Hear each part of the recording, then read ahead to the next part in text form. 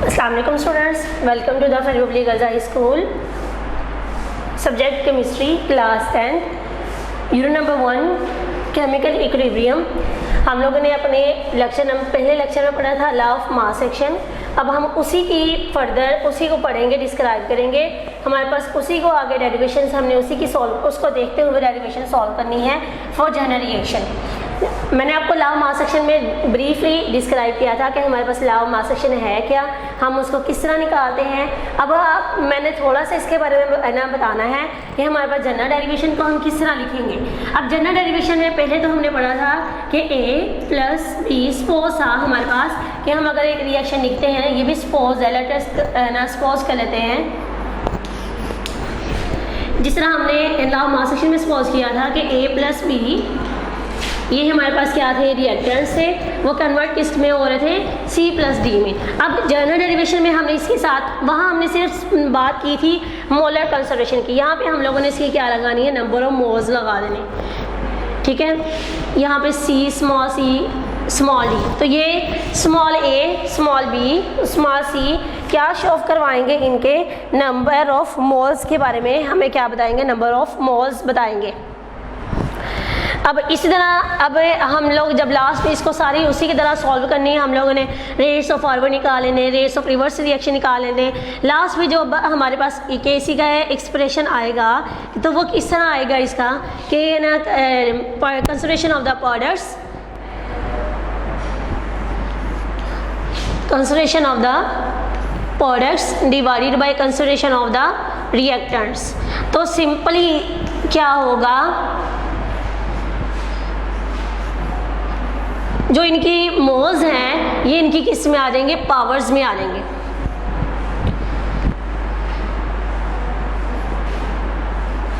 Moles क्या होगी, इनकी पावर्स में आ जाएंगी। तो ये हमारे पास क्या आ जाएगा, हमारा ना जनरल डेरिवेशन में आ जाएंगी। तो जो हम लोगों ने small a small b small c small d इनके साथ लगाया है रिएक्टेंट और प्रोडक्ट्स के साथ, तो वो क्या है, इनके नंबर ऑफ मोल्स हैं। जब हम इन सारी डेरिवेशन को सॉल्व कर लेंगे लॉ ऑफ मास एक्शन की तरह, तो लास्ट पे हमारे पास जो Kc निकलेगा वो किसके इक्वल निकलेगा, products, concentration of the products divided bye concentration of the reactants. तो जो हमारे पास ये small a small b small c small d था वो किसकी फॉर्म में आ जाएगा, इसकी पावर्स की फॉर्म में आ जाएगा, इनके ऊपर पावर्स की फॉर्म में आ जाएगा। तो हम इसको डिफाइन कर लेते हैं कि हमारे पास ये होता क्या, सेम उसी तरह है कि the rate of a chemical reaction is directly proportional to the products of the molar concentration of the reactants raised to power equal to their number of moles in the balance chemical equation of the reaction.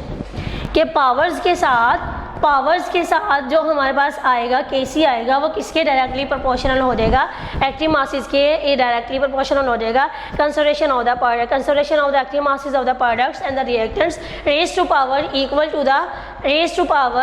The number of moles in the balance chemical equation of the reaction.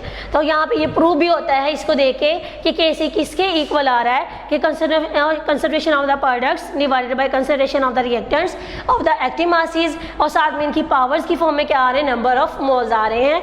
ये हमारे पास क्या आ गई, ना derivation आ गई for general reaction के लिए।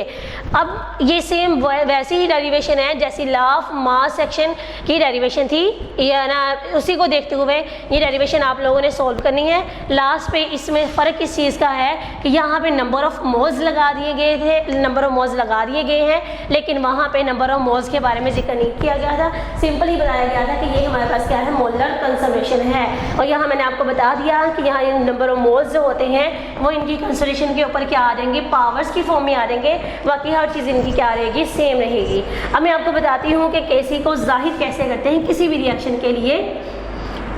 For expression of Kc,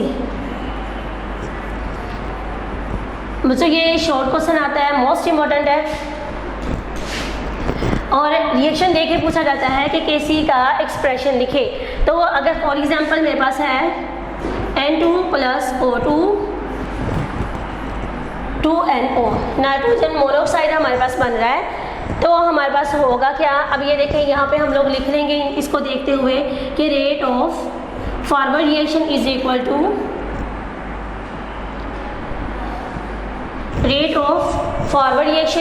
to KF, साथ में क्या आ जाएगा N2 O2। इस तरह रेट ऑफ रिवर्स रिएक्शन किसके इक्वल आ जाएगा 2, मैंने अभी बताया कि ये किसकी फॉर्म में चला जाएगा, पावर्स की फॉर्म में चले जाएंगे जो नंबर ऑफ मोल्स साथ में होंगे। तो अब हम KC लिखेंगे, फिर आपको बताया कि KF डिवाइडेड बाई KR किसके इक्वल आ जाएगा, KC के इक्वल आ जाएगा। तो KC किसके इक्वल हुआ, कंसंट्रेशन ऑफ द प्रोडक्ट्स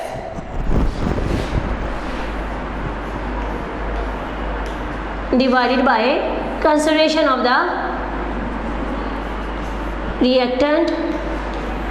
ये हमारे पास क्या आ जाएगा KC। सेम यही बात जो मैंने अभी बताई, इसके साथ क्या था 2 था, 2 किसकी फॉर्म में आ जाएगा, पावर्स की फॉर्म में, नंबर ऑफ मोल्स है तो वो किसकी फॉर्म में आ जाएंगे, पावर्स की फॉर्म में आ जाएंगे, जिस तरह ये वाली मैंने बात की थी। तो यहाँ पे हम लोगों ने KC निकाल लिया, KC किसके इक्वल आ गया, प्रोडक्ट्स डिवाइडेड बाय रिएक्टर्स।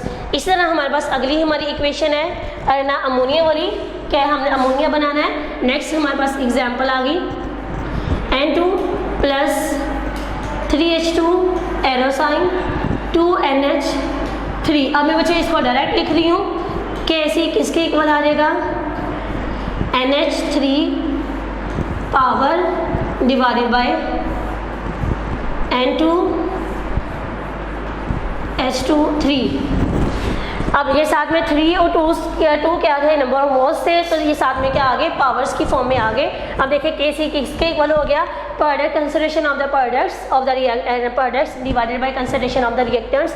तो जब भी KC का लिखना पड़ेगा, एक्सप्रेशन लिखना पड़ेगा, आपको KC को जाहिर करना पड़ेगा, तो आप इसको लिख सकते हैं कि जो हमारे प्रोडक्ट जो हमारे इक्वेशन के उस वाली साइड पे आगे वो क्या कहलाएंगे, प्रोडक्ट्स। जो हमारे इक्वेशन की इस वाली साइड पे आ जाएंगे तो वो क्या कहलाएंगे, रिएक्टेंट। तो हमने प्रोडक्ट्स को रिएक्टेंट के ऊपर क्या कर देना, डिवाइड कर देना। तो हम क्या लिख सकते हैं, KC का एक्सप्रेशन लिख सकते हैं। कोई भी रिएक्शन हो, किसी भी किस्म का रिएक्शन हो, तो आप लोगों ने ना वो रिएक्शन उसको इक्वेशन को देखते हुए आपने बता देना है, लिख देना है कि ये वाली साइड प्रोडक्ट्स और ये वाली साइड रिएक्टेंट, तो ये वाली साइड ऊपर आएगी और ये वाली साइड क्या आ जाएगी, नीचे आ जाएगी। कोई भी रिएक्शन होगा तो आपने उसके लिए KC का एक्सप्रेशन इसी तरह लिखना है कि KC का एक्सप्रेशन किसके इक्वल आ जाएगा, products divided bye reactants.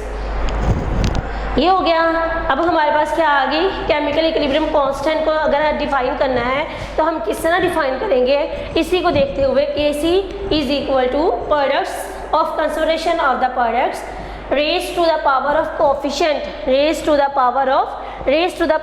coefficients divided by products consideration of the reactants raise to power of coefficient.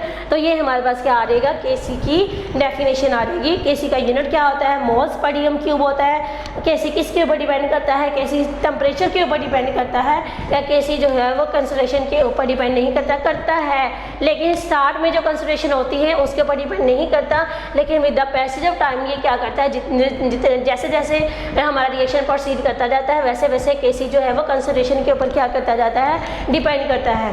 अब मैं आपको दो चीज़ें बताऊंगी KC के बारे में। पहले हम लोगों ने क्या पढ़ा, जनरल डेरिवेशन बिल्कुल सेम ना उसी की तरह थी, लॉ ऑफ मास एक्शन की तरह थी ना। उस सिर्फ फ़र्क इस चीज़ का आया कि यहाँ पे हमने नंबर ऑफ मोल्स की बात करनी है और नंबर ऑफ मोल्स क्या हो जाएगी, उनकी पावर्स की फॉर्म में आ जाएंगे।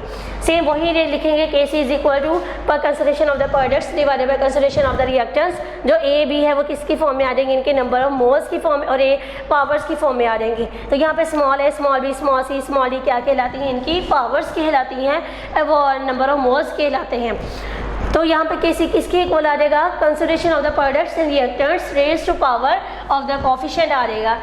इसी तरह हम किसी भी रिएक्शन के लिए KC को किस तरह लिखेंगे, उसमें हम लोगों ने लिख लेना कि रेट ऑफ फॉरवर्ड रिएक्शन किसके इक्वल हो जाएगा, KF divided by consideration of the reactants. इसी तरह rate of reverse reaction is equal to KR, वो किसके इक्वल आ जाएगा, कंसिडरेशन ऑफ द प्रोडक्ट्स। बाद में दोनों को कंपेयर करेंगे तो KC आ जाएगा, KC किसके इक्वल आ जाएगा, हमारे पास concentration of the products divided by consideration of the reactants. तो इसी तरह हम किसी भी रिएक्शन के लिए, किसी भी रिएक्शन को देखते हुए KC निकाल सकते हैं कि जो इक्वेशन की वो वाली साइड पे होंगे वो क्या कहलाएंगे, प्रोडक्ट्स। जो इक्वेशन की इस वाली साइड पे होंगे वो क्या कहलाएंगे, रिएक्टेंट कहलाएंगे। तो हमने प्रोडक्ट्स को रिएक्टेंट के ऊपर डिवाइड कर देना है, तो हमारे पास कंसिडरेशन ना किसकी आ जाएगी, एक्सप्रेशन किसका आ जाएगा, KC का एक्सप्रेशन आ जाएगा। तो ये हमारे पास क्या थी, हमारी जनरल डेरिवेशन थी। अब मैं आपको दो नई चीज़ें बताती हूँ केसी के बारे में। पहले कि हम लोग केसी का यूनिट किस तरह निकाल, केसी का यूनिट है या नहीं है, दोनों चीज़ें, when KC has unit and when KC has no unit. दोनों इंपॉर्टेंट ना शॉर्ट क्वेश्चंस हैं कि केसी का कब यूनिट होता है और केसी का कब यूनिट नहीं होता।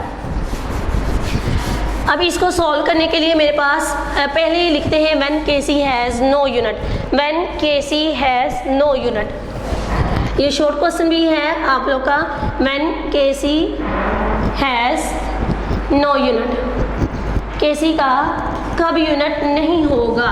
इसके लिए मेरे पास एग्जाम्पल है H2 plus I2 arrow sign 2HI, इसका केसी का एक्सप्रेशन लिखते हैं बच्चों। तो हमारे पास क्या आ रहेगा, HI साथ में ये 2 पावर्स की फॉर्म में डिवाइडेड बाय H2 I2। हमें पता है कि केसी को यूनिट क्या आता है, केसी का मोल पर डीएम क्यूब।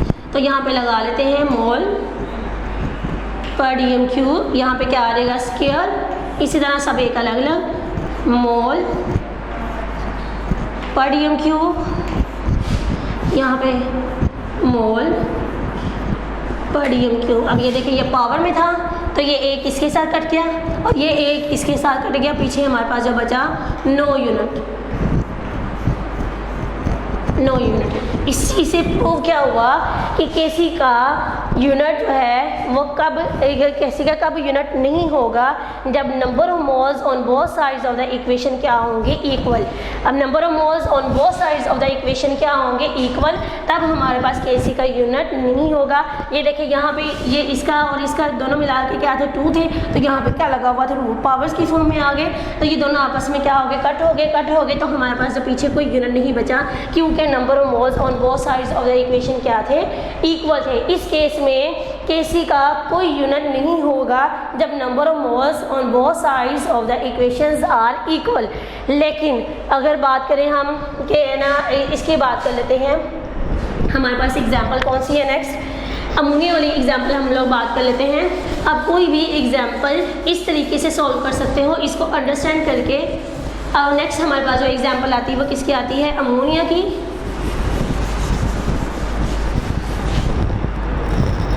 एग्जाम्पल, अब ये था मैंने कब करवाया था, when KC has no unit. अब मैं आपको करवाऊंगी when KC has unit. KC का तब यूनिट नहीं होगा जब number of moles on both sides of the equation क्या होंगे, इक्वल। अब मैंने आपको क्या करवाना है कि जब KC, when KC has unit, when KC has unit. इसको समझने के लिए मेरे पास एग्जाम्पल है। अब अच्छा कोई भी एग्जाम्पल ले सकते हो चैप्टर में से, पूरे चैप्टर में से। N2 plus 3H2 आयरोसाइन 2NH3। अब हम इसी तरह इसको देखते हुए सॉल्व कर सकते हैं। केसी किसके इक्वल आ जाएगा, प्रोडक्ट्स के। प्रोडक्ट्स हमारे पास क्या है, NH3 की square divided by N2 cube. किसके इक्वल आ जाएगा, लिख लेते हैं मोल पर डीएम क्यूब का स्क्वायर डिवाइडेड बाय मोल पर डीएम क्यूब, मोल पर डीएम क्यूब का क्यूब आ गया। अब देखें सेम, ये कट करें इसको, ये पहला इसके साथ कट हो जाएगा, दूसरा फिर अगेन इसके साथ कट हो जाएगा। पीछे हमारे पास क्या बचता है, 1 डिवाइडेड बाय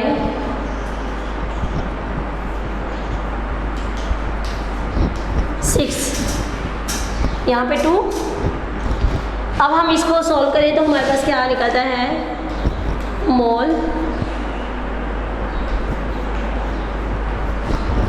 ये निकलता है हमारे पास जब हम इसको सॉल्व करते हैं।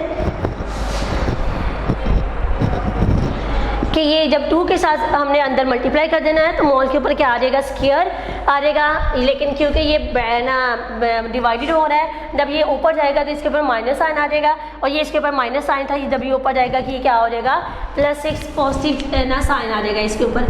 तो इट मीन्स दैट इन दोनों चीज़ों से क्या चीज़ प्रूव होती है कि जब KC का यूनिट नहीं होगा, when KC has no unit, when number of moles on both sides of the equations are equal, then KC has no unit. वो क्या होंगे, आपस में कट जाएंगे, कटने के बाद कैंसिल आउट होने के बाद KC का कोई यूनिट नहीं आएगा। लेकिन दूसरी साइड पे देखें जो मैंने लिखा हुआ है कि KC when KC has unit, ये हमारे पास क्या है, शॉर्ट क्वेश्चन है कि व्हेन KC हैज़ यूनिट और when KC has no unit. तो उसमें देखें कि KC हैज़ यूनिट में देखें कि मैंने अमोनिया की एग्जांपल ली कि हाँ अमोनिया इस फॉर्म, इसमें नाइट्रोजन ने और हाइड्रोजन ने दोनों आपस में मिलकर क्या किया, रिएक्ट किया। रिएक्ट करने के बाद हमें क्या बना दिया, अमोनिया बना दिया। हम लोगों ने सेम KC का एक्सप्रेशन निकाला। KC का एक्सप्रेशन निकालने के लिए हमने क्या किया, concentration of the products divided bye concentration of the reactors, इनके यूनिट लगा दिए, मोल्स पर यूनिट लगा दिए। यूनिट लगाने के बाद हम लोगों ने जब उसको कैंसिल आउट कर दिया, सारा किया, तो हमारे पास पीछे जो KC का यूनिट निकलता है वो निकलता है मोल स्क्वायर -2 ना DM6, ये हमारे पास क्या निकलता है, KC का यूनिट निकलता है। इस चीज़ से प्रूव होता है। देखिए इक्वेशन में, अमोनिया वाली इक्वेशन में देखें दोनों साइड्स पे नंबर ऑफ मोल्स हमारे पास इक्वल नहीं है। इक्वल होने के लिए ज़रूरी क्या था कि यहाँ पे हमारे पास क्या होता है, 2 होता है, यहाँ पे हमारे पास 3 ना होता। सिंपल ये वहाँ पे 2 है तो यहाँ पे 3 ना होता, तब हमारे पास क्या हो जाना था, ये कैंसिल आउट होकर KC का कोई यूनिट नहीं आना था। लेकिन देखें इक्वेशन को देखते हुए हमें नज़र आ रहा है कि दोनों साइड पे नंबर ऑफ मोल्स इक्वल नहीं है। अगर नंबर ऑफ मोल्स इक्वल नहीं होंगे तब हमारे पास KC का यूनिट होगा। लेकिन जब number of moles on both sides of the equation equal होंगे तब हमारे पास KC का कोई यूनिट नहीं होगा। इंपॉर्टेंट शॉर्ट क्वेश्चन है, when KC has no unit, when KC has unit. दोनों में एक चीज़ का डिफरेंस है, वो ये है कि नंबर ऑफ मोल्स का, number of moles on both sides of the equation are same, then KC has no unit, and then when number of moles on both sides of the equations are not same, then KC has unit. जब दोनों side पे number of moles equal नहीं होंगे तब KC का unit होगा। लेकिन अगर दोनों साइड पे नंबर ऑफ मोल्स सेम होंगे तब KC का कोई यूनिट नहीं होगा। आई होप कि आप अंडरस्टैंड आपने किया होगा। हम अपने मिलेंगे नेक्स्ट टॉपिक के साथ, तब तक के लिए अल्लाह हाफिज़।